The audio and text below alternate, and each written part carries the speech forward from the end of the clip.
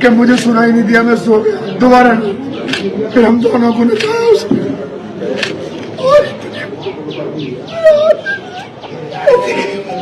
इसकी ये जो उंगलियां जो हो रही है, क्योंकि 3 दिन की होगी, इसको ऐसे रख के उंगलियों और ऐसे खड्डे में रखवा के फिर यहाँ ऐसे रखवा के पटे पराकाश का पार हो।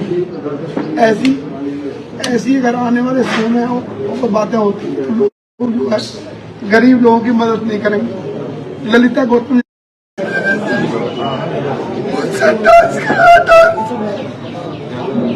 एक गाना गा रहा था इंस्पेक्टर के छोले के पीछे क्या, उसमें गाने पे डांस कर रहा, फिर बोला कि मुझे सुनाई नहीं दिया, मैं सो गया। दोबारा फिर हम दोनों को नचाया उसने और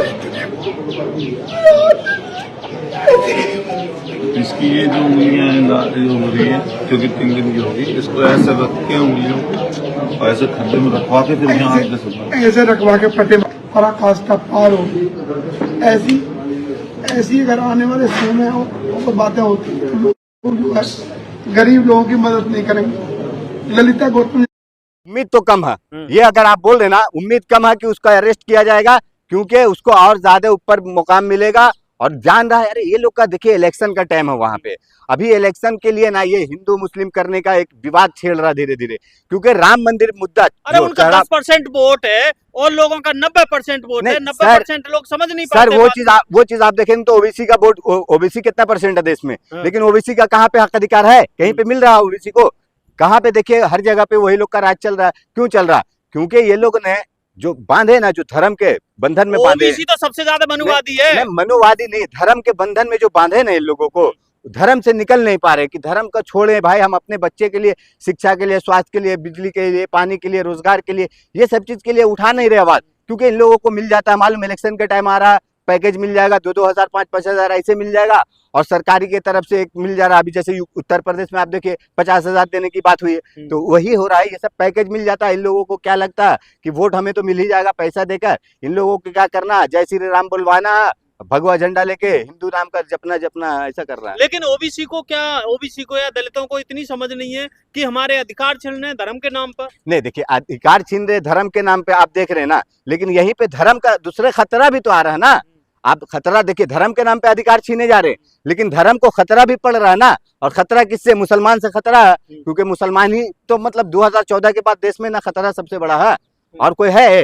ये जो बीजेपी वाले हैं, आरएसएस वाले, मुसलमान तो अपना रोजगार कर रहा है, अपना काम कर रहा है, उससे क्या खतरा नहीं है? अरे तो नहीं खतरा तो फिर बीजेपी वाले से, आरएसएस वाले से पूछिए कि क्यों 2014 के बाद हिंदुस्तान में हिंदू खतरे में पड़ गया है, किस लिए खतरे में पड़ गया, किससे वजह से खतरे में पड़ गया? वीडियो वायरल हो रही है, मुसलमान तो अपना बिरयानी खाएगा, चिकन मुर्गा जो भी खाएगा, उसमें चीनी की जरूरत नहीं होती, और हिंदू का तो त्योहार रक्षाबंधन आ रहा है, वही खतरे में पड़ रहा है। नहीं देखिए, ये जो बिरयानी और चीनी का ना, तो मुसलमान नल्ली पाया निहारी खाएगा, जीवन भर वो खाता रहेगा और खाएगा। लेकिन 2014 से अभी तक फर्क नहीं पड़ा। अरे कुछ नहीं फर्क पड़ने वाला मुसलमान को ये सब चीज से, मालूम? ये मोदी ने बोला ना पंचर लगाने वाला, वो पंचर भी लगाएगा, हवा भी फूकेगा, भरेगा, और फिर भी वो नल्ला पाया निहारी खाएगा, लेकिन उसको कोई फर्क नहीं पड़ेगा। और जहां तक चीनी की आप बात कर रहे हैं ना, चीनी कौन? यही लोग जो होता है ना पैसा, जो हमारे एक बिहार का है ना, बिहार का एक मंत्री है, वो मंत्री का नाम आप सुनिए, सोचिए कि वहां का ग्रामीण विकास मंत्री है श्रवण कुमार, और वो क्या बोलता है,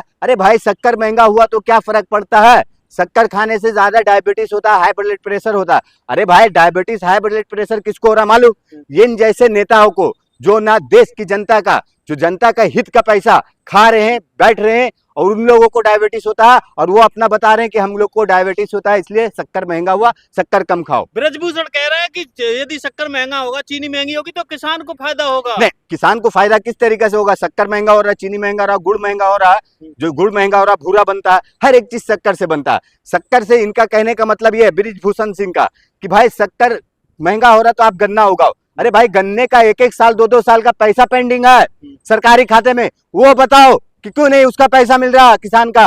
तो आप गन्ना महंगा होगा, गन्ना किसान के लिए फायदा होगा, फायदा कुछ नहीं। ये लोग ना किसी तरीके से घुमा फिरा के देश की जनता को बताना चाहेगा कि अरे यार इससे क्या महंगा होगा, हिंदू मुस्लिम करेगा, कुछ न कुछ बहाना निकालेगा, उससे कुछ नहीं होने डॉलर वाला। बचाने के चक्कर में एथेनॉल मिलाया पेट्रोल में, लेकिन अब चीनी के इंपोर्ट पे डॉलर जाएगा। डॉलर नहीं, ब्राजील से देखिए, मंगा रहे हैं ये चीनी। ये सब चीज है ना, हमारे देश के जो प्रधानमंत्री हैं, रक्षा मंत्री हैं, जो विदेश मंत्री हैं, इन लोगों को क्या नहीं समझ में आ रहा है कि क्यों भाई महंगा कर रहे हैं हम।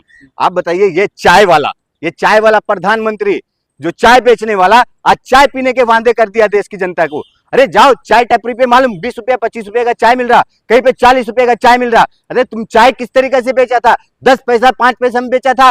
ये जो बोला था भीख मांग के खाते थे, तो वही भीख मांग के खाया, और इस तरीके से आज प्रधानमंत्री बन के बैठा, और इस तरीके से देश की जनता को भीख मांगने वाला काम करवा रहा है एक वीडियो वायरल हो रही है कि मुसलमानों की चूड़ी टाइट करने के लिए चीनी महंगी अरे की फिर, गई है बीजेपी सर के द्वारा। यही गलत बात। अरे मुसलमान को क्या चूड़ी टाइट करेंगे? आज तक 2014 के बाद से आज 12 साल हो गया, क्या चूड़ी टाइट कर लिया इन लोग ने?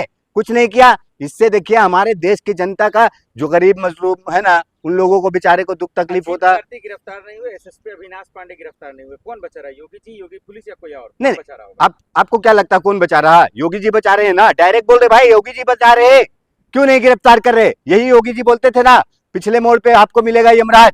कहाँ है वो यमराज? कौन है वो यमराज? योगी आदित्यनाथ है वो यमराज, या वहाँ उत्तर प्रदेश की पुलिस है?